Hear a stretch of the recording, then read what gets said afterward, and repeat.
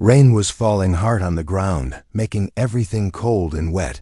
The sky was dark and full of heavy clouds, and the sound of thunder echoed in the distance.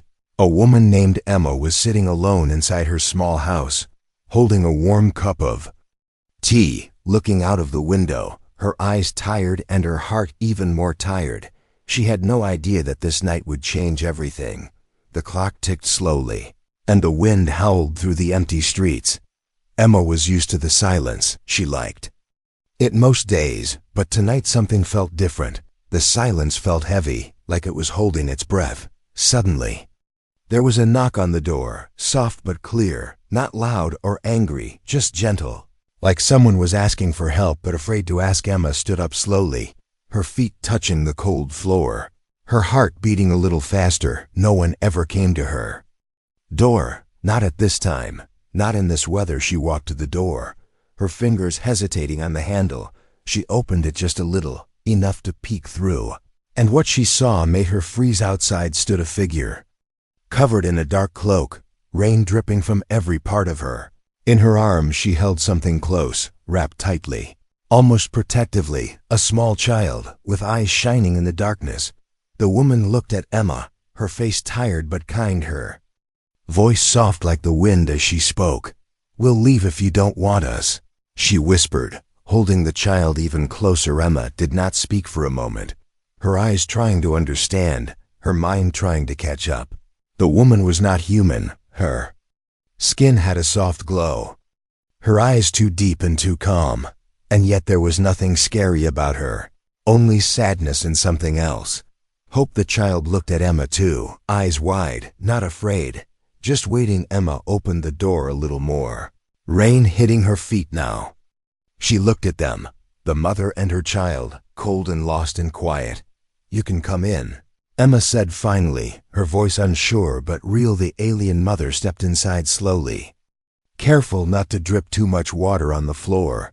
The child in her arms looked around with quiet wonder, like he was seeing a new world for the first time. Emma gave them towels, warm clothes, whatever she could find. The mother said thank you with her eyes more than her words. She spoke little, only when needed. "My name is Lyra," she said softly. After a long silence, Emma nodded, sitting across from her, watching the child sleep now, wrapped in a warm blanket. "And him?" Emma asked gently. "His name is Sol," Lyra replied, her voice almost a breath. The room was quiet again, only the sound of the rain tapping on the windows like a soft lullaby. Emma had 100 questions, but none of them came out. Not yet. Something in Lyra's eyes said this was not the time. Instead, Emma looked at the child, sleeping so peacefully, so quietly, as if the world outside was not full of fear and noise. She remembered the news, the warnings, the things they said about these visitors. Aliens. They called them dangerous, not to be trusted, but Emma saw none of that here. Only a mother and her child, tired and alone. Suddenly, the lights flickered and a strange hum filled the air. Like a low vibration from somewhere far away, Lyra stood up quickly, alert now, her eyes glowing a little brighter.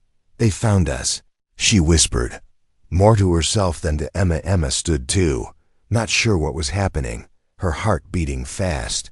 "Who?" she asked, voice shaky. Lyra looked at her, a mix of fear and apology in her eyes. "The ones who are hunting us. They don't want peace. They don't want Sol to live." Emma stepped closer, something rising inside her, something she didn't expect. "Courage. What does he have?"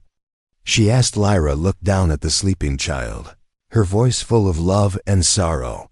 "He has a message, not in words, but in his being. He is the key to something greater, something that can heal or destroy, depending on who holds him." The room felt colder now, not from the rain, but from the weight of those words outside.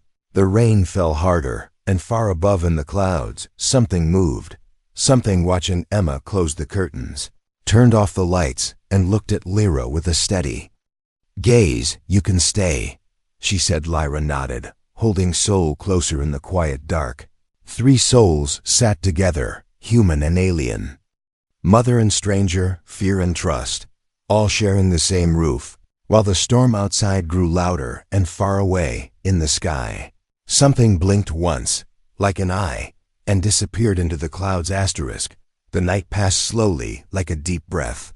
Held too long, Emma stayed awake most of it, her eyes watching the shadows, her ears listening to the silence. The alien mother and child slept near the small fire, wrapped in warmth, but the fear in the air never left. The rain had stopped before sunrise, but the world still felt wet, like it had soaked in the sorrow of the night. Emma stood by the window, the sky turning pale gray, birds silent. The earth quiet, like it was waiting for something. She turned back toward the strangers now living in her home. The child still asleep, peaceful and glowing with a soft light that did not come from the fire. Lyra sat beside him, eyes open, not blinking, like someone who had seen too much to sleep. "You didn't sleep," Emma said softly, walking closer. Lyra looked at her, her expression calm, but her eyes full of storms. She shook her head gently. "I can't, not anymore," she whispered. Emma sat down across from her, feeling the weight of her own thoughts. Questions sat heavy on her tongue, but she asked only one. "Why did you come here to me?" Lyra looked at the fire, her voice distant, like a memory floating through time. "Because your door was still open." Emma blinked, confused. Others closed theirs, locked them tight, turned off lights, shut their hearts. "Your door was the last one we saw with hope." There was silence again, but not the empty kind. This silence was full, like it had something to say if you listened long enough. Emma leaned forward, her voice gentle but firm. "Who are you, really?" Lyra's hands moved to her chest, and she slowly pulled out something wrapped in cloth. It looked like a stone, but it pulsed gently, like it was alive. "This is part of my story," she said, unwrapping it. The stone glowed softly, showing small patterns that moved like stars in a night sky. Emma stared at it, feeling something in her chest, something she couldn't name. "My people were once many, strong and wise. We traveled across galaxies, not to conquer, but to learn, to understand. We believed in connection, in kindness, in building bridges. But Earth—" She paused, her hands shaking slightly. "Earth feared us, not all, but enough to make war feel safer than peace." Emma looked down, feeling ashamed, though she had done nothing herself. "Soul," Lyra continued, looking at her child, "was born during the escape. His father was lost. I carried Soul through burning ships, broken skies. I carried him through black space, and I carried him to your world, hoping he would find something here that we had lost." Emma felt her throat tighten. "What is he? What is he meant to do?" Lyra placed the glowing stone in Emma's hand, her voice steady now. "He is not meant to destroy or fight.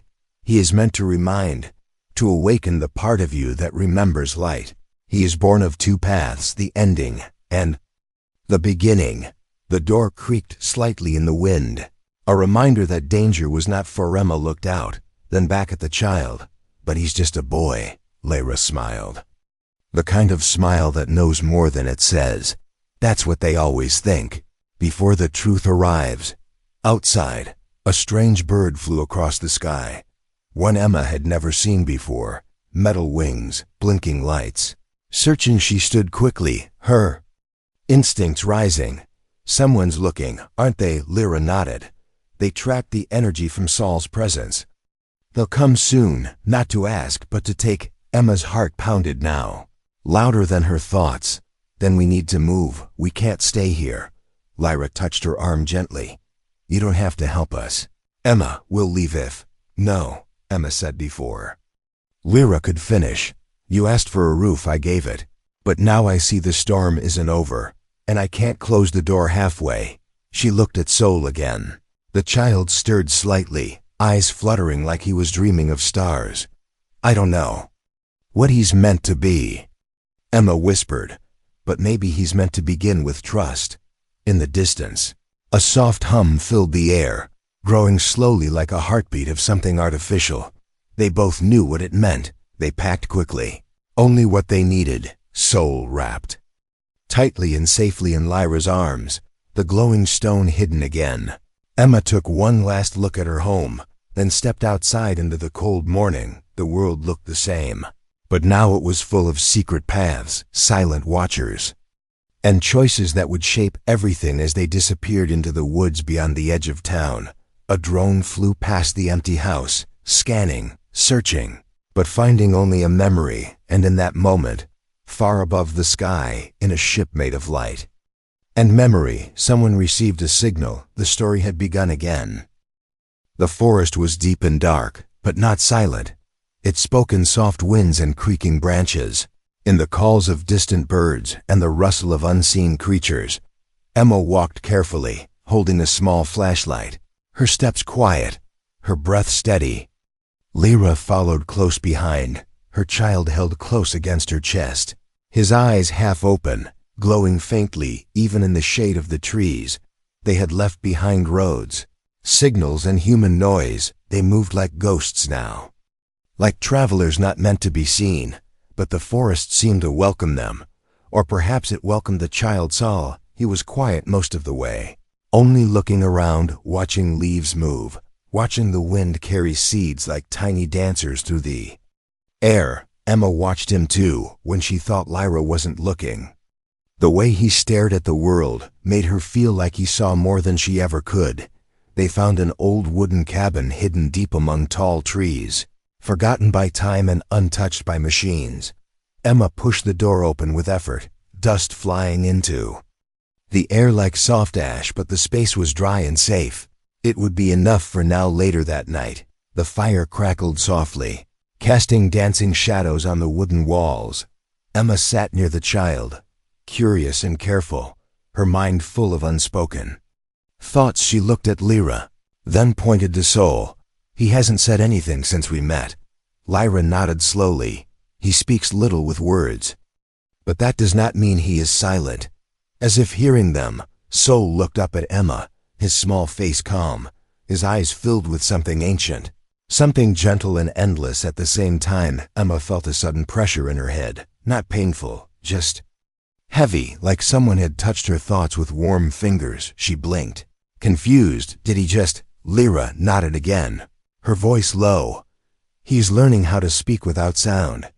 Emma stared at Sol, who was now smiling, as if he had played a harmless trick. What is he exactly? Lyra took a slow breath, her hands resting on her lap. He is not like us. Not fully. When he was born, there was something inside him that did not come from either world. Not mine, not yours. Something older. Emma felt the wooden floor beneath her hands, grounding her. Is he dangerous? No, Lyra said quickly, her voice firm. But he is not small either.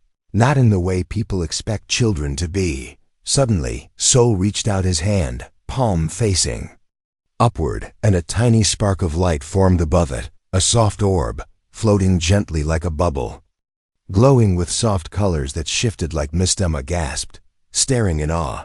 How is he doing that? He is not doing it. He is feeling it, Lyra replied, watching her son with quiet love. He listens to the space between things, the part your people forgot. The light faded slowly, disappearing like a dream. Sol looked tired but happy, like he had shared a secret and been understood. Emma stood and walked toward a dying plant in the corner of the cabin.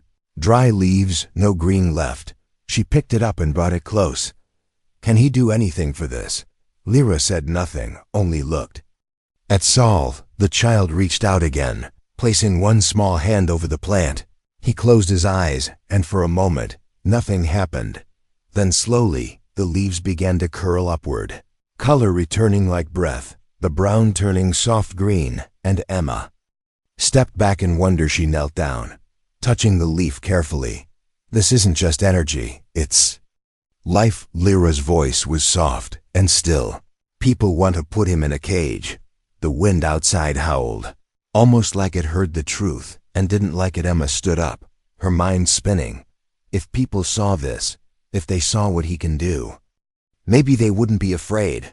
Lyra looked at her sharply now. They don't fear what he can do, Emma. They fear what he makes them feel. Guilt, wonder, hope, all the things they buried long ago. There was a knock at the door, 3 slow taps all. Sound in the room died. Emma reached for her coat and walked to the door silently, her heart racing. She opened it. Just a cracky man stood outside, soaked in rain, wearing dark military clothes, his face unreadable, his voice calm. "We tracked a signal to this area. Have you seen anything unusual?" Emma stared at him for half a second too long. "No," she said. "Just me, staying out of the storm." He nodded once. Slowly, "If you see anything or anyone, let us know." She closed the door and locked it. Lyra stepped out of the shadows, holding Soul tighter now. "He knows," she whispered. Emma nodded, turning off the lights. "Then we don't wait here. We move before sunrise." As they prepared to leave again, Soul touched Emma's hand, and for a brief second, she saw something in her mind, a vision of a broken earth, cities covered in ash, people walking without voices, but above it all, the sound of a child's laughter echoing like light through dust. Emma blinked, shaken. "What did he show me?" Lyra looked away, her voice almost too quiet to hear. "A future that still has a choice, asterisk." The dream ended with fire, smoke rising from metal, cities, people running in silence, shadows falling from the sky like broken wings. And in the center of it all, a small child stood alone, untouched by flame, glowing like the last star before the dark. Emma opened her eyes with a sharp breath, sweat on her forehead, the sky still black outside the broken window. But something had changed. Something heavy now sat in the air, thick and cold like a warning. She got up quickly, looking over to the corner where Lyra slept with Soul wrapped in her arms, the child still breathing softly, unaware of the fear rising. Like a tide in Emma's chest, there was no sound outside. And that was the problem. The forest was never silent. Not until something bigger entered its space. She stepped outside the cabin quietly, barefoot, the earth cool beneath her feet, the trees still, not a leaf moving. And then she saw a red light blinking between the branches, steady, slow, watching. Her heart dropped. Not because it blinked, but because it didn't blink back. She rushed inside, her voice low but firm. "We need to move now. They've found us." Lyra woke instantly. As if sleep had only been pretend, she wrapped Soul tighter, grabbed the small bag they had kept ready, and nodded once. No one spoke. There was no time for words now. They moved fast through the woods, following no path, only instinct, only the pull of survival. Behind them, the forest began to breathe again.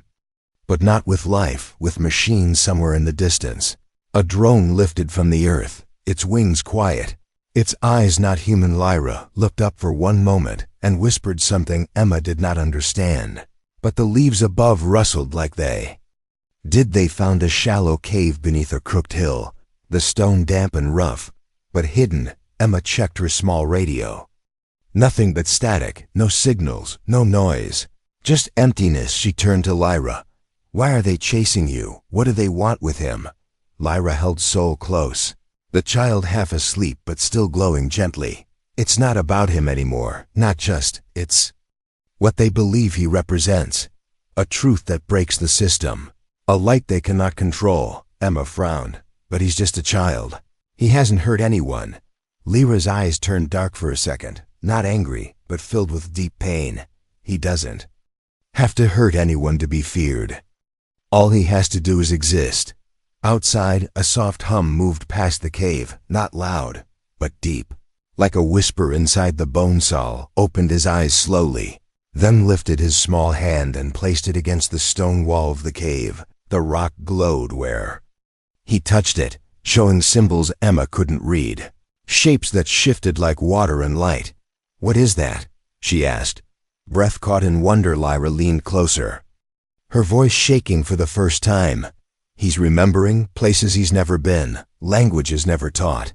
Something old is inside him, something older than both our kinds." Emma turned back to the mouth of the cave, the trees out swaying though. There was no wind. "Then we need to protect him, but not just by hiding. We need to get ahead of whoever's hunting him."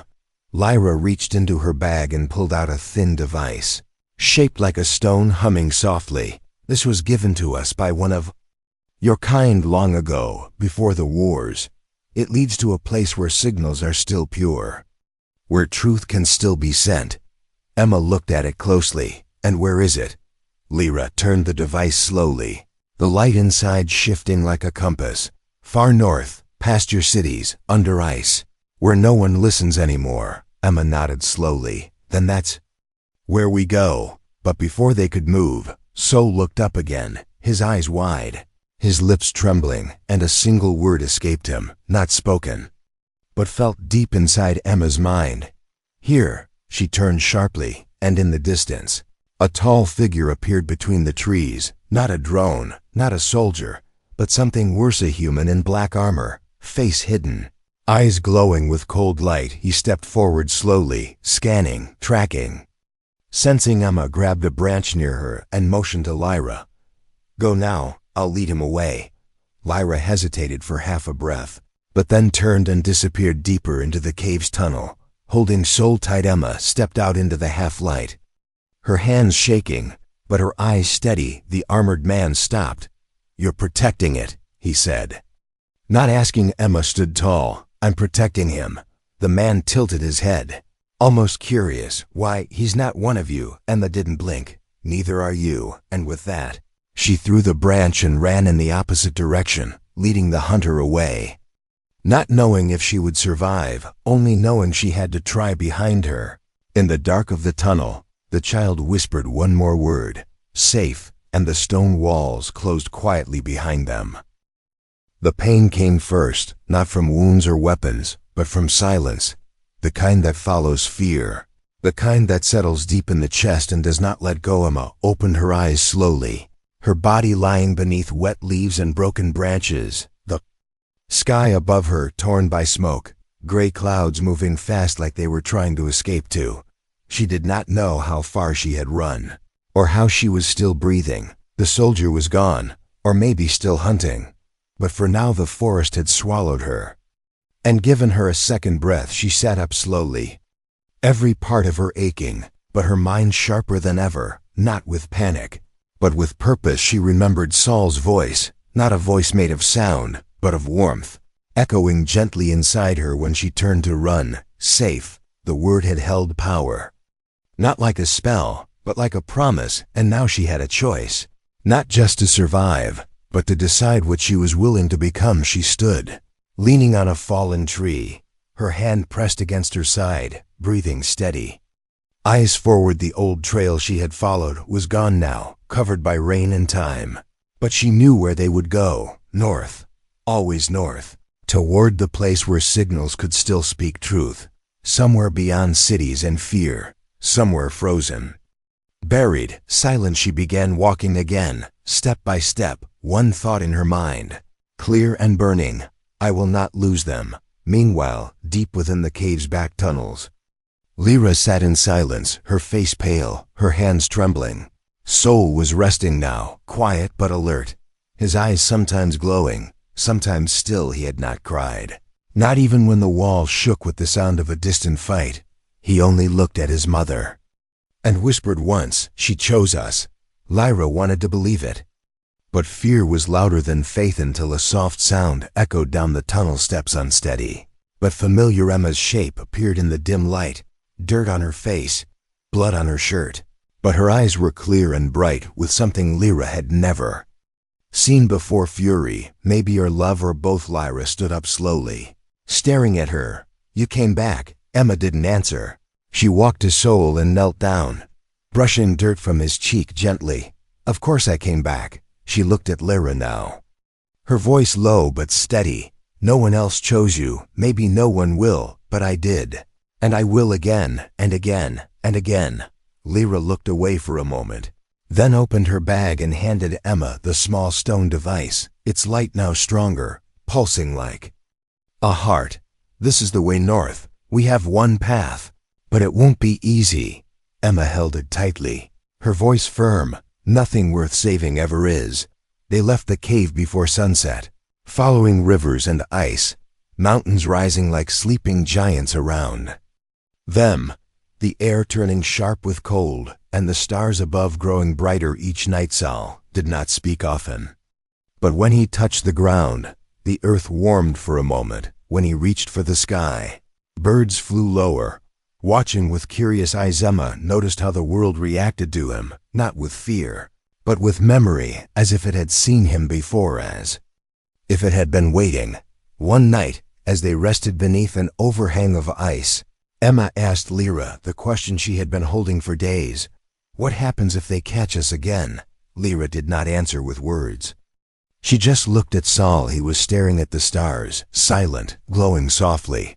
And then he whispered something that felt too old for a child. They will forget who they are. Emma looked away, her chest tight. And if we make it to the signal, Lyra turned to her slowly, her eyes not afraid now, just full of quiet hope. Then maybe they remember. Later that night, when the others slept, Emma stood at the edge of a frozen lake. The stars reflected below her like a second sky, and in that still moment, she understood this was no longer about hiding. It was not about protecting the boy. It was about changing the ending. She looked up, her breath fogging in the cold, and she made a silent vow. Not to Sol, not to Lyra, but to the world. I choose to fight for the story that hasn't been told yet. And far above her, unseen in the clouds, machines moved silently. Tracking heat, tracking light, tracking hope. They were closing in, but so was the signal. And this time, the message would not be a warning. It would be a beginning. Asterisk before stars were counted, before Earth had names for sky and fire, before memory turned into history, something waited in silence, buried not in soil or stone, but in time itself, a message. Without letters, a voice without sound, and now it lived in a child's soul. The wind screamed across the frozen land. Sharp and endless, the kind of wind that erased footsteps the moment they were made. But still they walked, Emma, Lyra, and the child between them. A glowing dot of warmth in a world made of cold. They had crossed rivers, climbed broken hills, slept under machines, but now they were near the end. The signal tower was close, hidden beneath a mountain of ice, a place once used by early satellites, long abandoned. Its walls now cracked by frost and war, but its heart still pulsing, waiting. Sol stopped walking first, his feet still, his eyes wide, the snow around him glowing in soft circles. He turned slowly and pointed toward the cliffs ahead. There, he whispered, though his lips never moved. Emma saw it too, not with her eyes, but with something inside her, a pull, like gravity made of memory. They reached the mountain entrance just before nightfall, wind howling behind them like it wanted to drag them back. Emma pushed open the frozen gate, and they stepped into darkness. Inside was silence, deeper than snow, deeper than fear, a silence that felt like listening. The tower was dead, its lights long gone, wires hanging like roots from the ceiling, screens broken, dust like old ash on metal floors. Emma reached for her flashlight, but Sol raised his hand gently, and the room began to glow with a soft blue light. Rising from him like breath symbols appeared on the walls, not written, but alive, flowing like water, spinning like stars. Lyra stepped forward, her voice almost shaking. It's starting. The memory is waking.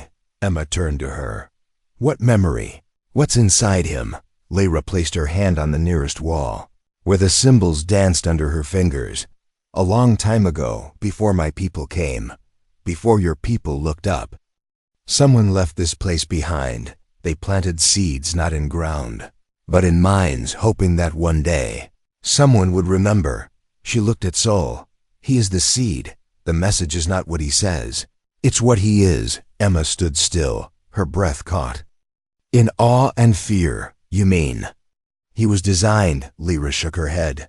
No, he was chosen, born at the edge of war, born with both kinds of blood. Not a machine, not a weapon, something true. The ground shook suddenly, just slightly, a low vibration like a warning far above. Engines moved in the clouds, trackers closing in. Sol walked slowly to the center of the room, where a circle of glass waited beneath dust. He knelt down, placed both hands on the surface, and closed his eyes for a moment. Nothing, then light exploded from the ground, rising in columns, spinning upward like language made of stars, filling the room with colors that had no name. Emma stepped back, tears rising without reason, her heart racing not in fear, but in something deeper, recognition. She saw flashes inside the light, children playing under twin suns, cities floating above oceans, hands reaching across galaxies, then fire, then silence, then soul, standing alone in that same circle. Waiting. The signal was not just a call, it was a mirror of what the world could be and what it might become. Sal opened his eyes slowly, his voice gentle but echoing with something ancient. The message is sent. Emma looked around. To who? Sol smiled softly.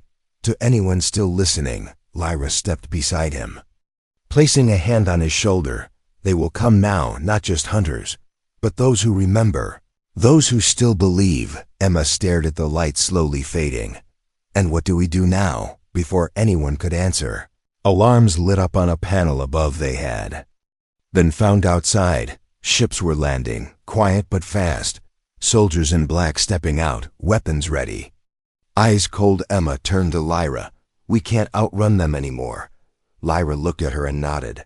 Then we show them why they should have listened.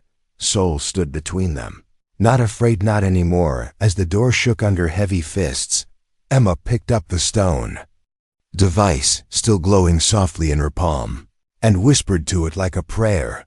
You carry the truth now, don't let them break it. She turned to Sol, placed a hand on his shoulder, and met his gaze. Whatever happens, they need to see you as I do. The child blinked once, then let them see. It did not begin with fire, it began with stillness, a moment where everything stopped. The wind, the cold, the fear, like the world itself held its breath, waiting to see what this child would become. Sol stood in the heart of the ancient tower, his small body glowing gently, his hands raised, not in fear, but in peace. And outside, beyond the frozen doors, machines of war surrounded them, red lights cutting through the storm, weapons humming with readiness, hearts behind armor locked. In silence, Emma stood beside him, tired, bruised, but unmoving. She did not raise a weapon. She had none, she only had a voice.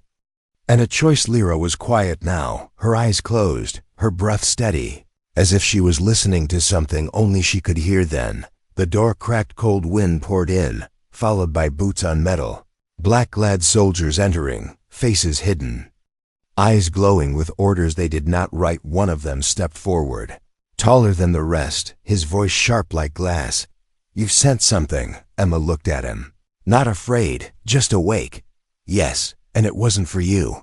He raised a weapon, pointing at Sol. Step away from the subject. Sol did not move. Lyra stepped forward, voice clear now. He is not a subject, he is the signal, the question, the answer you keep trying to bury. The commander looked at her, and then at Emma. You've helped an unknown life form escape protocol. You've committed treason against your own. Emma took one step closer, her voice low and unshaking. Then maybe my own has forgotten what it means to be human. Behind the soldiers, something changed. The sky outside lit up, not with fire, but with light. A beam, soft and golden, reached down from above the clouds, cutting through the storm, touching the tip of the tower like a finger from the stars. The soldiers turned, weapons shaking slightly. Unsure now, Sol walked toward the light slowly, his feet leaving prints that glowed, his eyes reflecting not just light, but memory, the kind no one could erase. He lifted his hand toward the sky, and for one moment, the air was full of whispers, not sound, but feeling. A wave of warmth moved through the air, past skin, past armor, into bone and mind, into the place where fear lives, where doubt sleeps, where hope was buried. And one by one, the soldiers stepped back, not by command, but by instinct. They remembered being children. They remembered stories told under stars. They remembered believing that life, any life, was worth listening to. The commander dropped his weapon. What is this? He whispered. Emma answered without moving. It's not a weapon. It's a mirror. Above them, the beam widened, and from within the sky, another shape appeared. Not a ship, not a threat, but something old, smooth, round, glowing with the same light that lived in Saul's eyes, a vessel of memory, of those who came before, the ones who had sent the seeds, waiting for one to bloom. The sky whispered again, and this time it spoke. You feared what you did not understand. You ran from what was sent to heal. But still, we chose you. Soul turned to Emma. His hand reaching out, she took it gently, her tears falling without shame. You were the first to say. Yes, Soul said softly, his voice like wind across water. And now, he added, looking at the silent soldiers, you are no longer alone. The vessel hovered above, its doors opening not with sound, but with warmth, like arms. Lyra looked at Emma, her voice quiet but full. We leave now, but not forever. The message has been given. The rest is yours to choose. Emma nodded. Unable to speak, Saul stepped into the light, Lyra beside him, and as they rose slowly into the sky, Emma felt a strange quiet joy, not from winning, not from escape, but from understanding she had opened her door. Once, in the rain, and what entered was not a threat, but a beginning. The vessel disappeared into the sky. The beam faded gently. The clouds closed like curtains after a final act, and all that remained was wind and memory, and a woman standing alone in the snow, smiling because for the first time in a long time she believed the story wasn't over.